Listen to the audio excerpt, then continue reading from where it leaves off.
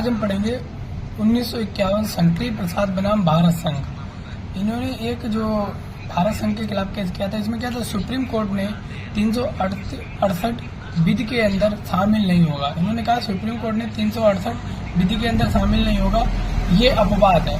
368 द्वारा बनी गई विधियों को संसद शून्य घोषित नहीं करेगा, यानी जो 368 द्वारा बनी गई विधियां हैं इन्हें संसद शून्य घोषित नहीं कर सकता। अब 1965 सज्जन सिंह बनाम राजस्थान सरकार। 1965 में सज्जन सिंह और राजस्थान सरकार के खिलाफ केस हुआ, ये भी 368 विधि के अंदर नहीं आएगा।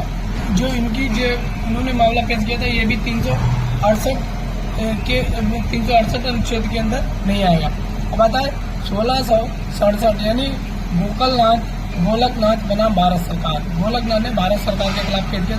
इसमें कहा गया कि अब 368 अपवाद नहीं रहेगा, ये मूल अधिकारों के असंगत होगा, इसे शून्य घोषित कर दिया गया। अब इसे क्या, अभी ये था, उन्होंने कहा कि अपवाद नहीं रहा, इसे शून्य घोषित कर दिया गया।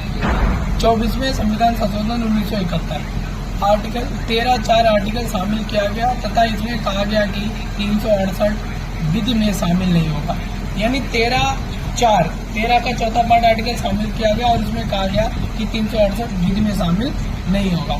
अब आते हैं मिर्बा मिल्स 1980 में, एससी की 13 विधि से और 368 संशोधन द्वारा। ठीक, अब 368 के अंतर्गत संशोधन या कोई विधि आएगी वह आर्टिकल 13 के अंतर्गत होगी, यानी 368 के अंतर्गत जो विधि आएगी वो आर्टिकल 13 के अंतर्गत होगी। पृथक्करणिता का सिद्धांत, ये था मेरा पृथक्करणिता का सिद्धांत। ये क्या, वो लागू होंगे मूल अधिकार, नियम बचे हुए। ठीक है, अब आता है यानी आच्छादन का सिद्धांत। ये आच्छादन का सिद्धांत है, बची हुई विधि को फ्यूचर में संशोधन करने पर पुनः आ जाएगा। ठीक है, ये पुनः आ जाएगा। अब अधित्याग का सिद्धांत। अधित्याग कैसे करेंगे? नागरिक अपने फंडामेंटल राइट्स को स्वयं त्याग नहीं कर सकते हैं, यानी नागरिक है वो अपने फंडामेंटल राइट है उनका स्वयं त्याग, अधित्याग नहीं कर सकते हैं। ठीक है।